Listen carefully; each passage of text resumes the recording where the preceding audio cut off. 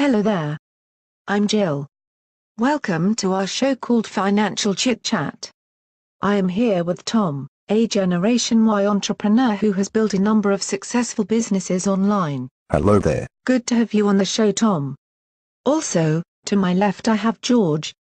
He is a CFA and a hedge fund manager. Hello, Jill.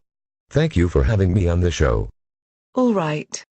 George, what would you recommend to a young and wealthy entrepreneur like Tom when it comes to managing their wealth? Well, I think the recent upward pressure on consumer prices that have been installed into the economic fundamentals certainly should be considered. I would therefore suggest to allocate to assets that are not only tangible, but also generate an ongoing income stream. Excuse me. Yes, Tom. What is it? I'm sorry, but I don't understand a word of what George is saying.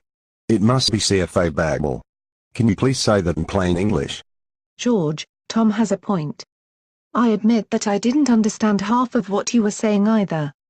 You seem to be worried about inflation, is that right? Well, yes. Let me see.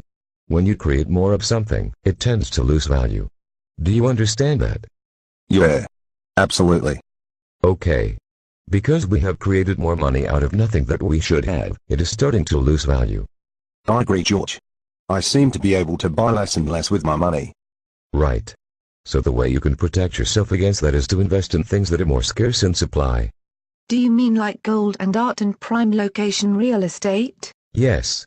Those are some good examples. What is even better is not only to invest in things that will go up in value, but will also pay you rent. Got it.